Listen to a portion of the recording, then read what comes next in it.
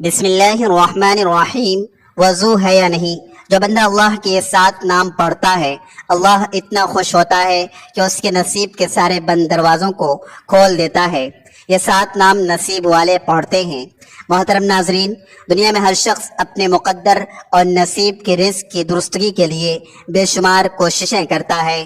کوئی دن رات محنتیں کرتا ہے، کوئی دعائیں مانگتا ہے، کوئی بزرگوں کے قدموں میں بیٹھتا ہے، تو کوئی اللہ تبارک و تعالی کے محبوب اسماء کا ورد کرتا ہے۔ اور بے شک سب سے بابرکت عمل اللہ تبارک و تعالی کے اسماء حسنہ کا ذکر ہے۔ یہ اسماء و بابرکت الفاظ ہیں تو اللہ تبارک و تعالی کے اپنے صفاتی اور ذاتی تعارف کے نام ہیں۔